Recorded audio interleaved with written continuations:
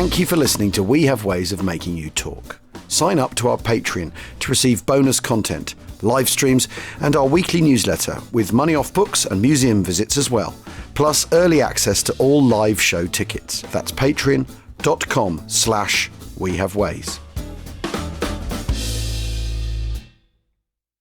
Welcome to Nada Yada Island. Next on Nada Yada Island. I knew I deserved so much more, so I left. I finally switched to Metro and got what I was looking for. Get one line for only $25 a month with AutoPay. Just bring your phone to Metro and experience all the data you want on the largest 5G network. That's Nada Yada Yada, only at Metro by T-Mobile. First month is $30. Bring your number and ID. Offer not available if with T-Mobile or with Metro in the past 180 days.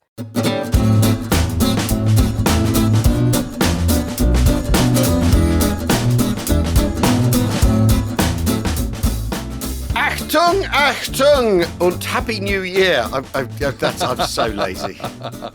Und. Can you tell I'm a bit jaded after we've done that thing? We went somewhere hot and we came back and it's bloody cold and you sort of think, oh. Yeah, and you all got ill, didn't you? Yeah, but the listener doesn't need the details of that particular debacle. No. But we need to understand why you're feeling a bit jaded. Well, just because how cold it is, you know. But I did meet a listener at the baggage carousel at 1:30 in the morning on Saturday night. Ethan, who's a head teacher, who loved the podcast, really, really love it, really into it, who got into us, get this, the wrong way round. He started off by listening to the Rest is Politics. He thought, oh, I'll try this Rest is History thing. And then he thought, oh, they've got some sort of offshoot with Tom's brother about the Second World War. And you're like, what? No, my friend. No, my friend. No. We are one SAS. We are the originals. We are the originals. But actually, let's just call ourselves that from now on. The originals from now on. The originals. Well, Happy New Year, Jim. I hope you had a good break. Yeah, I did actually. I've done an awful lot of reading about the Battle of the Bulge. Yeah. There's quite a lot to read, isn't there? I've been enjoying Anthony's book, though. That's been great. The Stephen Zaloga has been great. I've discovered there's another Stephen Zaloga book on this, all about the battle for the Twin Villages. In exhaustive detail, which has been great. Anyway, the other big event of the Christmas to New Year period, of course, is the return of SAS Rogue Heroes. Which I was very pumped for, I have to say. I know. Now, I've watched the first 3, just started on episode 4. And obviously, there was a thing it was in the Express or the Mail this weekend about how, where's his VC? Where's Paddy Maine's VC? And I think first of all, that's a remarkable thing considering, let's be honest now, 18 months ago, there were only a few people who'd heard of Paddy Maine. They'd heard of David Sterling. They hadn't heard of Bill Sterling. They'd heard of David Sterling. You know, in the public domain, I'm saying. But they certainly hadn't heard of Paddy Maine. It was all about David Sterling. So, you know, the needle has been moved in some regard there. I mean, the other thing I was struck by watching, you know, when they're going to the Capomuro di Porco, which, of course, if people really want to know what happened, they need to read about that in... read Sicily 43. Sicily 43. I was holding on for George Chatterton in his underpants with a pistol. He never materialised. I thought, actually, if you're watching that, the war in Sicily is suddenly on the television. It never is, right? No. It's ignored. If people talk about the war in the Mediterranean, they tend to mean either the desert or Italy. They don't talk about Sicily. Operation Husky, the fact its name was on a TV screen. And this is before we get into where the history's going right and wrong. Well, I like the kind of the crossing out of SR, you know, SAS yeah. crossing out. Yeah. That's quite funny and quite cheeky. And I like the little integration of black and white footage with rock music. Yeah. That works incredibly well. I think that's very successful. And actually, it makes me think that's how you do a documentary on the Second World War. You make it rock star.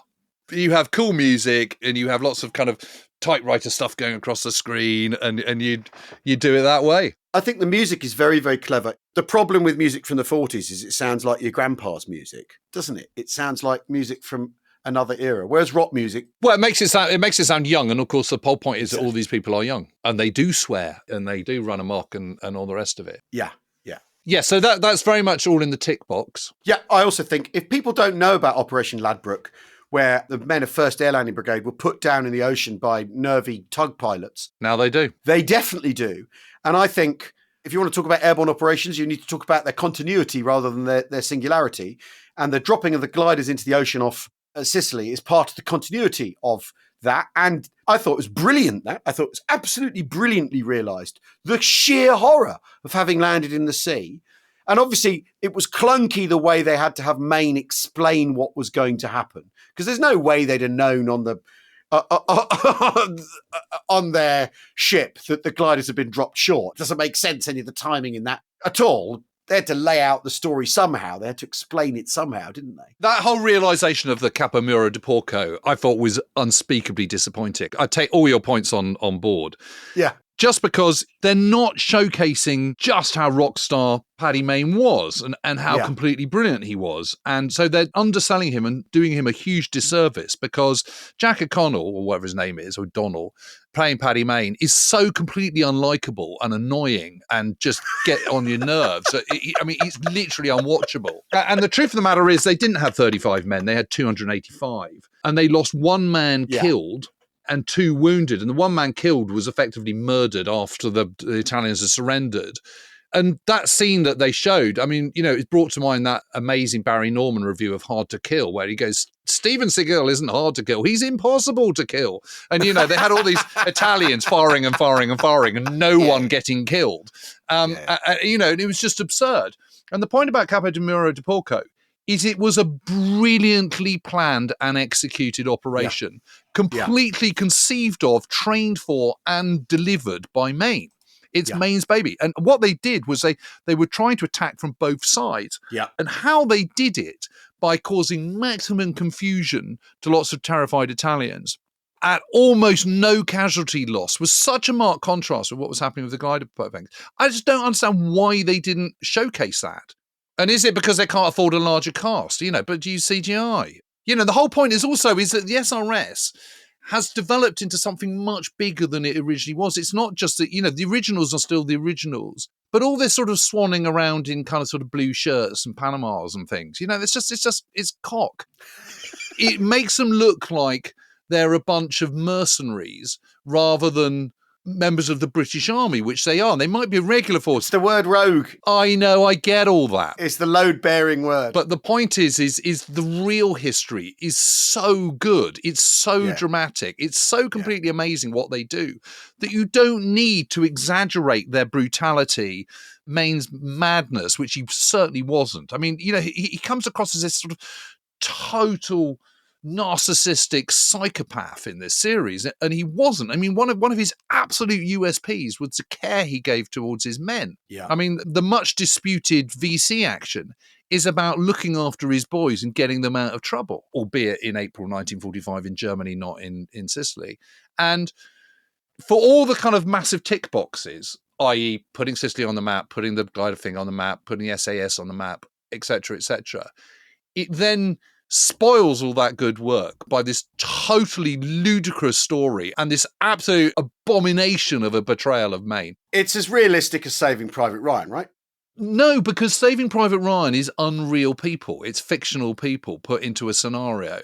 There is no way that you could argue that the attack on Capomuro de Porco is a more realistic recreation of a nighttime attack on an Italian coastal position than the portrayal of Omaha Beach, which, for all its Rommel's asparagus being the wrong way round, is pretty effective. Yes, but I would also argue the thing about Saving Private Ryan is the first 20 minutes is tremendous. And then there's a war film where blokes walk through the middle of fields talking to each other. Yeah, fine, but it's a fictional story. And if you're going to deviate so far from what is reality, why just not make it unreality? Why don't you just make it fiction? But surely what it's going to mean is people buy Ben McIntyre's book at the airport and find out the true story to an extent. I would recommend to anyone who, it's perhaps not the sort of greatest work of prose ever, but the authorised biography of Paddy Maine by Hamish Ross is extraordinary, because Hamish Ross 20 years ago got access to all Paddy Maine's family papers, and there are a huge amount. I mean, Paddy Maine kept journals, he kept diaries, not diaries exactly, but he made loads and loads of notes, all of which were incredibly beautifully written, very articulate, very thoughtful, as well as kind of, getting across the main information. He was also a prolific letter writer and wrote a lot to his younger brother Douglas, but also to his mother and his sisters. Most of those letters survive. And Hamish Ross got hold of all of them. So what you get from this biography is a very, very clear picture of what Paddy Maine was like. and let no man be disabused by this. He was not like the character in Rogue Heroes in any way whatsoever, which I don't have a problem with per se. My problem with watching it and trying to enjoy this series is just that he's so annoying that I don't want to watch him.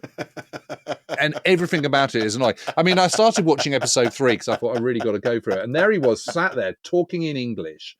Also, his accent's completely wrong because, Maine was sort of, upper middle class. So he'd have talked like this, oh boy. Probably, he might have had a slight brogue, but it would have been a bit, he was very softly spoken. He was one of those people that didn't have to raise his voice. And when he did, everyone, whenever he spoke, everyone. Well, because he was 6'4" for a start, wasn't he? 6'2". Well, but for those days, a big man, right? He's a big man, yeah. Big boy, very, very physical, unbelievable sportsman, captain of his school cricket, heavyweight boxing, got defeated in one final in his last bout. British Lions second row. Yes, British Lions second row, was absolute star of the Lions tour, South Africa of 1938. He was a spectacular guy. He was incredibly clever, was a trained solicitor. And that legal mind was put to very good use in the SAS because he was very sort of particular and very methodical in his planning. Yeah. He was none of this kind of sort of swigging from bottles and sort of swearing every 2 seconds. He doesn't swear at all. And his letters are really interesting because they're all full of kind of sort of awfully and gosh. Occasionally he says bloody, but I mean, that's it. But that's also didn't swear at all to those people. Maybe he swore to his men in moments of crisis. Well, he might, but he's not going to sit there in a barber's chair going, I want to buy your fucking coat. I got to give you this. Are you going to use this knife and slash my throat? What did you think of Mussolini? It's just nonsense. See, I get bugged by things that I realise annoyed my father, right? So there's that bit where he goes, my men will be ready when they're ready. You think, no. This is a really well organised... The SAS... They're ready whenever you want them to be ready. They're ready all the time. Well, whatever. But also, if they're on an op, they know that an hour out, they've got to be making sure their weapons are clean. It's not my men are ready when they're ready, right?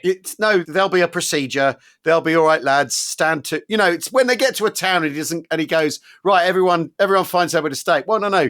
You lot, you're on stag. Stand to's an hour before Correct. Dawn, which is at 5:30. I need a bit of that. And the thing that's really driving me mad, and the part of it is the realization that I've become my father, is the stuff around saluting. You do not need to salute someone if you're not wearing a hat, a cap badge. There was a scene with Gwilym Lee where he goes, why don't you fucking salute me? Well, because he's not wearing he can't. No, because he's wearing a Panama and a navy blue shirt. What the heck? He's not wearing a cap badge, so he can't. So stop it. Stop the saluting stuff. And I've mentioned this a couple of times, but that whole briefing section, where they're just unspeakably ill-disciplined, which they weren't. Yeah. No. That is not what they're about. They're given the license to think on their feet. Yes. And act with unbelievable ruthlessness and thoroughness and close-quarter violence. But that doesn't mean they're kind of lackadaisical and kind of swanning around, kind of talking amongst themselves and not listening. Desperate to fight each other. Or indeed wearing, sheepskin coats in 40 degrees heat in Egypt in the middle of summer. I mean, why would you have someone wearing that? I mean, it's just so insane. It just completely undermines the whole thing. I suppose it's because they filmed it in England and that's why it was a grass tent. Anyway. I'll tell you what we're going to do is we're going to take a quick break because what you've done there, Jim, is you've said, we'll zip through. Let's just roll back and actually just talk through the history. The real SAS, of course, because the real SAS is in fact the parachute regiment, as everyone knows, which will have enraged absolutely everybody with a beige beret. We will see you after the break.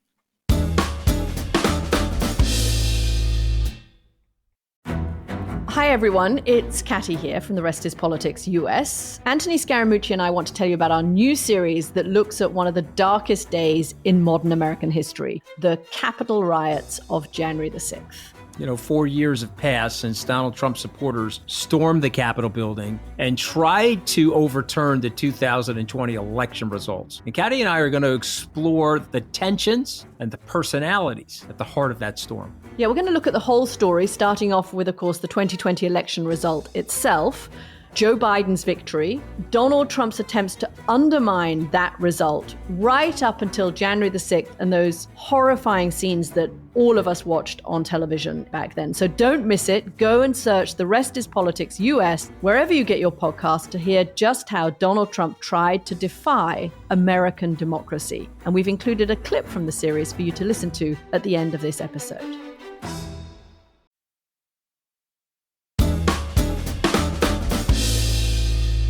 Welcome back to We Have Ways of Making You Talk with me, Al Murray, and James Holland, the Second World War podcast, for all your Second World War podcast needs. Right, so who are the SAS then? Well, the Special Air Squadron, as you rightly pointed out, originally allocated to the Parachute Regiment for an Operation Colossus. Well, because originally Special Service Brigade, which is the British genius idea to have a brigade called the SS. Yes. Who were formed as a result of Churchill's communique in June of 1940 saying, I need thousands of parachute commando troops and all that.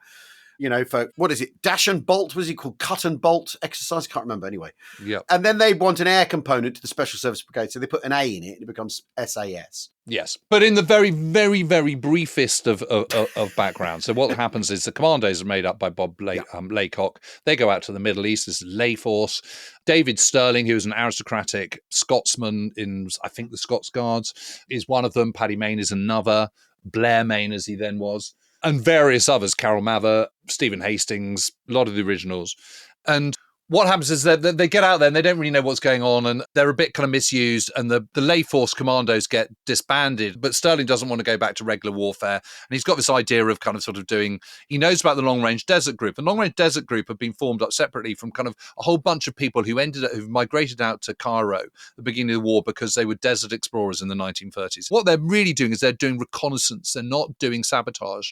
They're doing intelligence gathering and mapping of the desert and so on, because they've done all this navigational, and they're navigational experts. Well, they're sort of doing what they were doing before the war. Yes, but they're now just observing Italian air forces and troop movements. Rather than looking for mysterious oases and all that sort of Yes, and they're doing it by going deep to the south, which is sort of off territory for the Axis forces, the Italians and the Germans in North Africa, and coming round the back. So they're doing these long, deep penetrations, basically. And Stirling kind of gets wind of this and thinks, well, actually, what we could do is we could use the long-range desert group or drop in by parachute behind enemy lines, beat up a whole load of enemy airfields or other installations, columns of trucks or whatever, and then we can dash off into the desert again.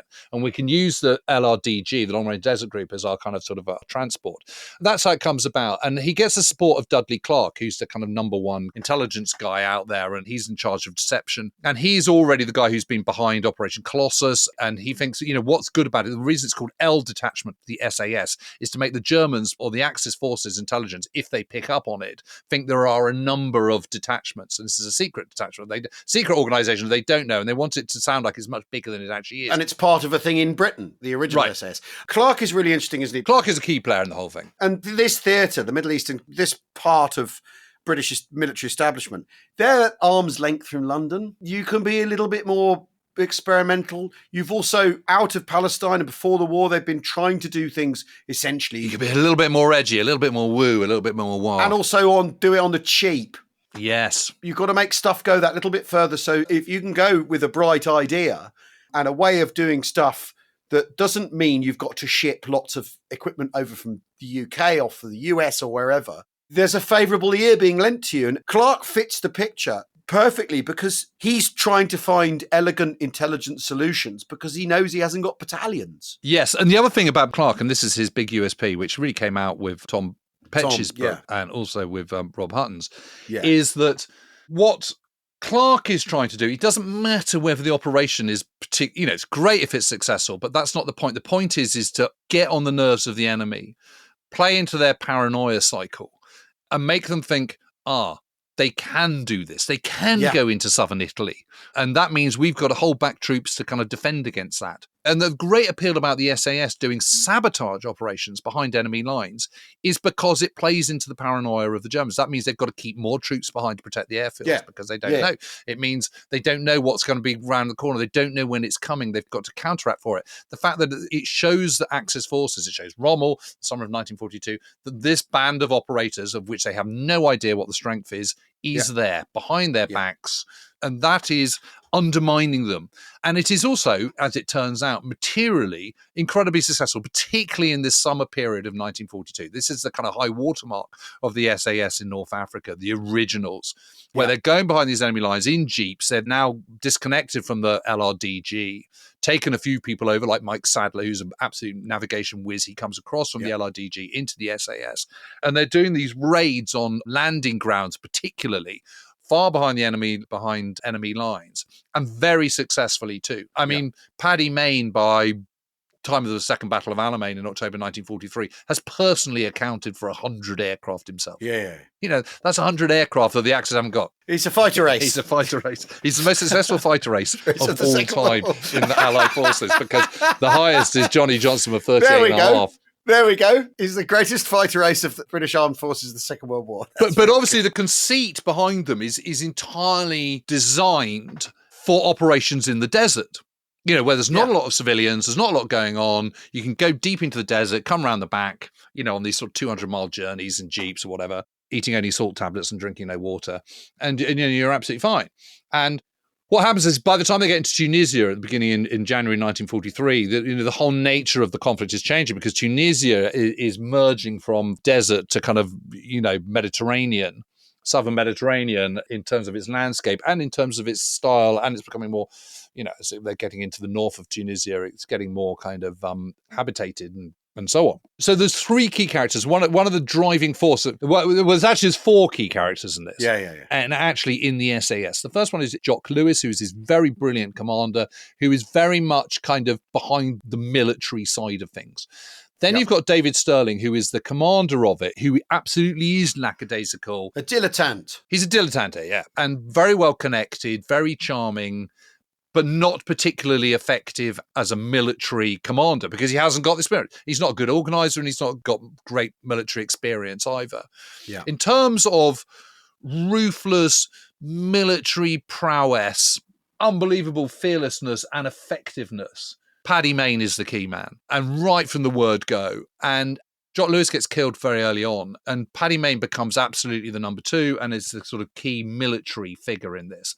And one of the key things about Paddy Maine is he has this incredible ability to read a situation and to be able to assess what is required. And he can do this very quickly. He doesn't lose his nerve. He doesn't get obviously frightened. He's able to think clearly and lucidly. He's very good at picking his moment, is the thing, isn't he, as well? Yes, but that's all part of it. And what happens is that as their operations unfold, basically, Stirling tends to have operations that can't kind of unravel, and Maine tends to have operations that go extremely well, don't they? Yes, and there's absolutely no question there is jealousy there between Stirling towards Maine. But the fourth person in this is Bill Stirling, who is the operational genius behind it, because he's back in Cairo and he's sort of running the show. And he later commands, is it one SAS or two SAS? I can't remember. But as the SAS expands later on in the war, he becomes one of the key things. He's finally sacked just before D-Day, isn't he? I think, or just after D-Day, I can't remember.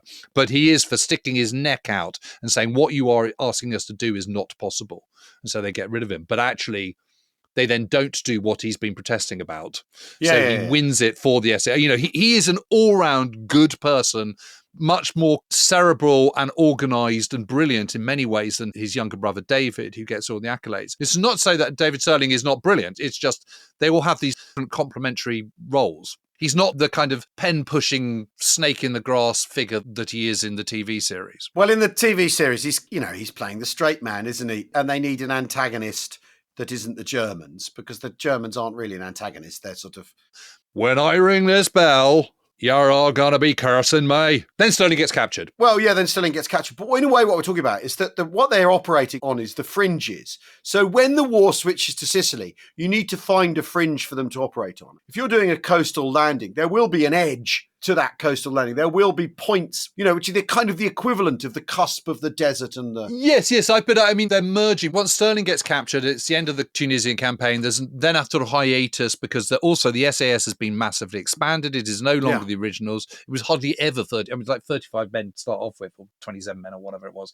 But, you know, it's a big beast by this point, and it's split into the SBS, which is run by George Jellicoe, which is a special boat Service Squadron, whatever it is, and the SRS, which is Special Raiding Squadron. Again, this is it's kind of underlying really what it is. It's not an air squadron anymore. No. It is a raiding squadron, and it is a raiding squadron. So the SRS is a much better title, if you're being brutally honest about it. And Maine has 285 men. You can't go to Hereford anytime soon, Jim. I mean, the things we're saying.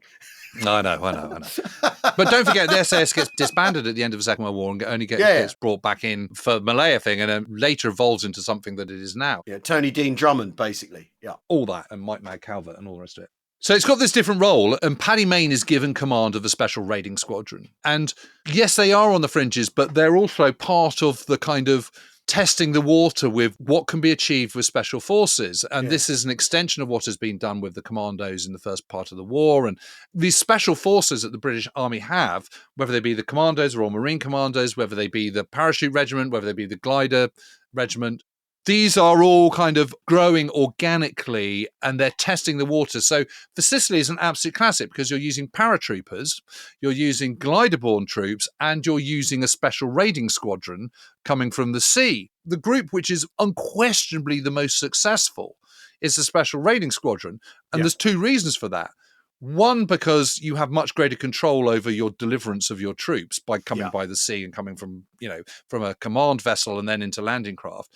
And secondly, because they've been absolutely supremely trained for the job in Palestine by Paddy Maine. He's taking them on 50-mile runs, jogs in full kit in 24 hours in full heat.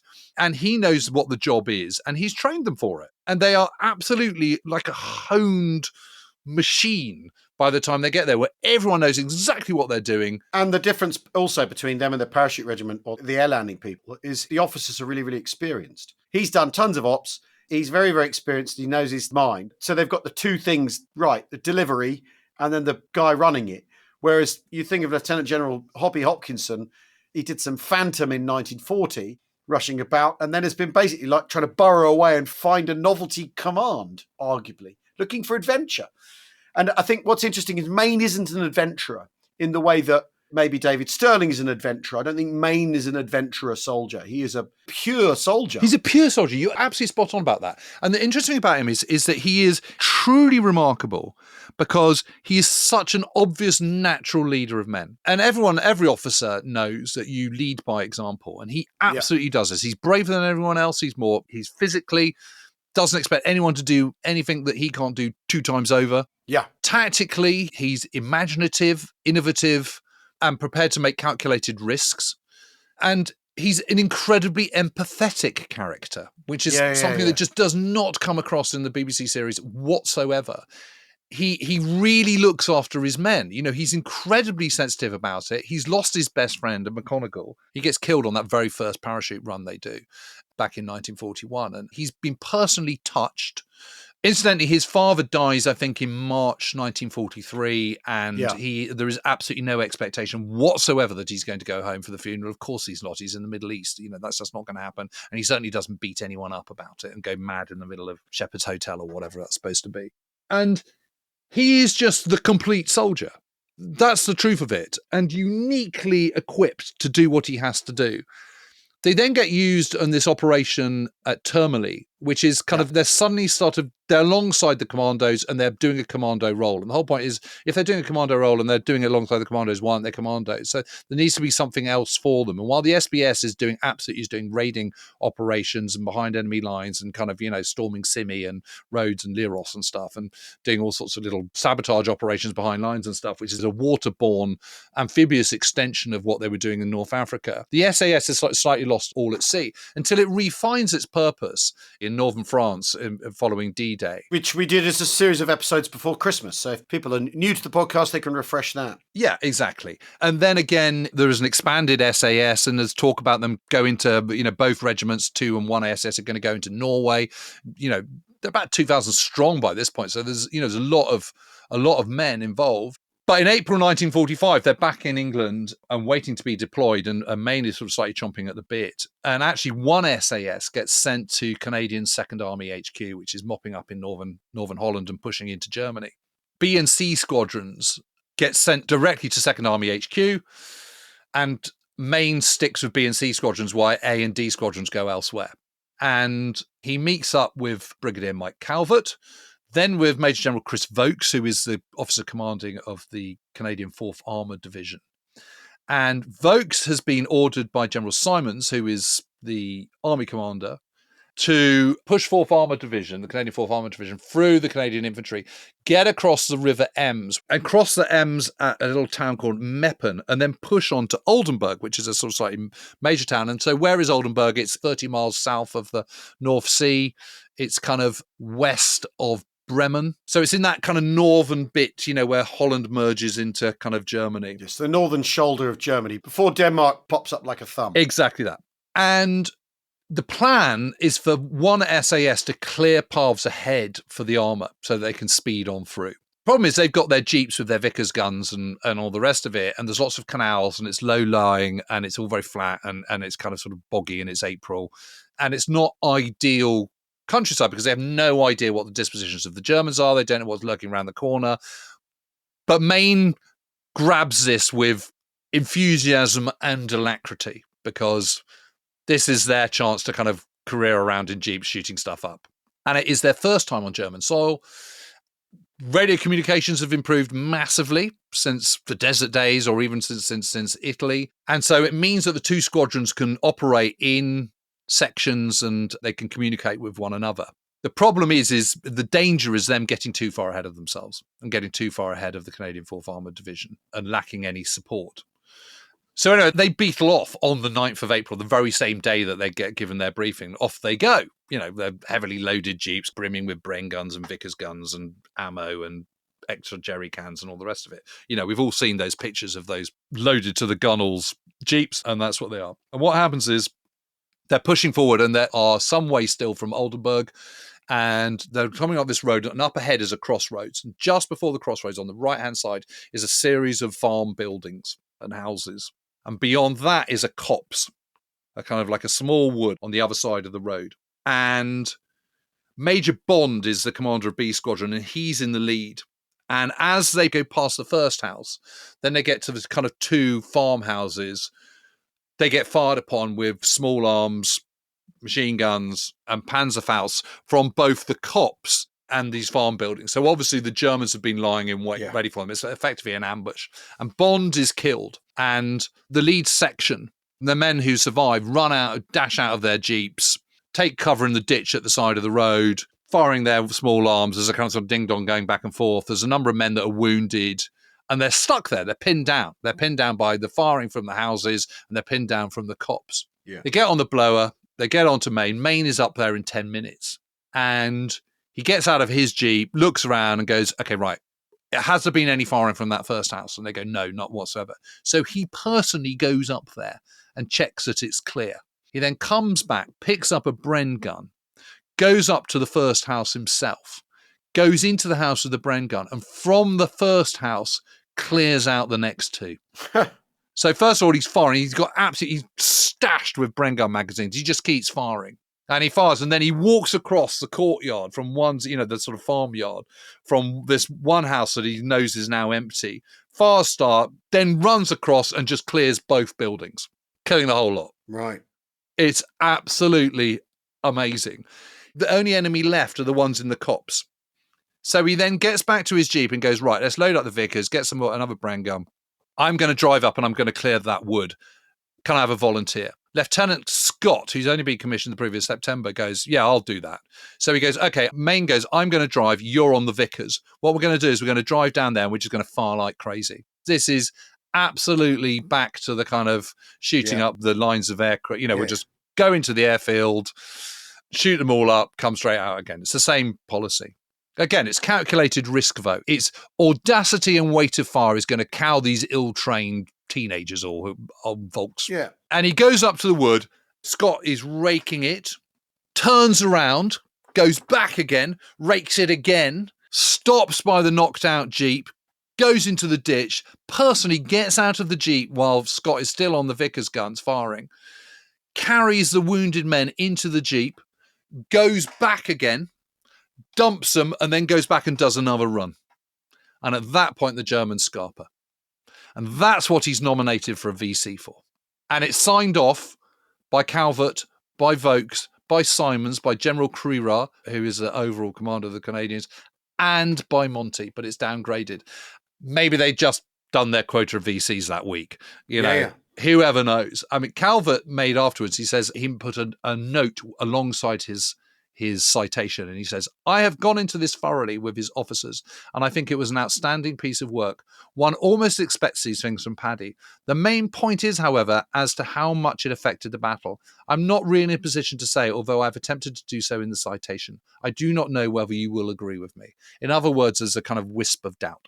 So he gets downgraded to a third, bar to his DSA. So that's 4 DSAs. I mean, the thing is this happens all the time, and people get medals when they shouldn't, and people get medals when they should, and people simply aren't written about, and, you know. But what you should not do is start changing history retrospectively. No, he should not be upgraded to a VC. It's been and gone. That decision was made then by the people who were best placed to make that decision. Whether it was the right decision or not is neither here nor there. I mean, you can't argue that if he was given a VC, anyone would quibble with it. And that's, clearly that was an exceptional piece of bravery and fulfills all the criteria of the Victoria Cross. But it wasn't given one, and it shouldn't be now. I happen to agree with that. From what I've read about him, he'd find all this sort of fuss mortifying. He wasn't in it for personal glory. He was a modest guy. Yeah. He was shy. He was very shy. And maybe he'd want it for the men, is what people say. But I don't know. I think he'd say, could you please stop making a fuss? Leave me alone. Anyway, there we go. Harold Nicholson, the TV SAS, the real SAS. I mean, with a story like that, as James, our new producer, welcome to the show, James Regan, who's stepped in recent weeks. With stories like that, why do you need to make it up for a TV show? And I kind of have to agree with that. I'll tell you what, I feel that's a strong start to 25. Well, it is very strong. It's good to see you, Jim. Yeah, it's good to see you too. Thanks for listening, everybody. Don't forget to subscribe to our officer class on the Apple channel. We have ways to make you talk Apple podcast channel, or become a patron, where you too can watch back me yet doing the pub landlord on the penultimate Monday before Christmas. We've got lots coming up as well, because we've got a series on spies, female spies with Claire Mully, which we're doing, which I'm looking forward to. We're doing a little thing on the 80th anniversary of the liberation of Auschwitz. And then we've got our mega series on the Battle of the Bulge, which is just, oh my God, that's so interesting.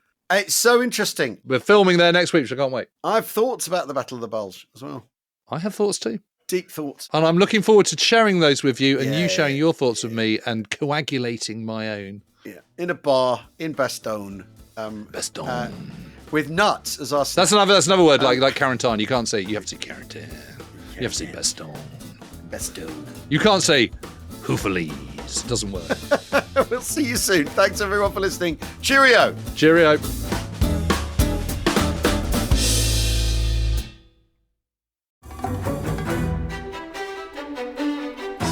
As promised, here's a clip from The Rest is Politics US mini-series. Trump is naturally a conspiracy theorist fueler. He will fuel the fire of any conspiracy theory because he's always seen himself as an outsider, and he wants to foment the people from the outside to attack the people from the inside. So he's developing these ideas that he eventually uses in January, on the 6th of January. And the ideas are, there's misinformation out there, there's lies out there. Let's use these lies as fodder to attack the people on the inside. He's doing it with COVID. I think hydroxychloroquine works. You may remember this. I took hydroxychloroquine. Mr. President, you took hydroxychloroquine? Yeah, I'm on it. I took it. And this is the beginnings. This is the kernels of what's about to come. And it all starts with COVID, and it leads up to this insurrection, or as the president says, a very peaceful group of tourists descending upon the Capitol building. If you want to hear the rest of the show, go and search The Rest is Politics US wherever you get your podcasts.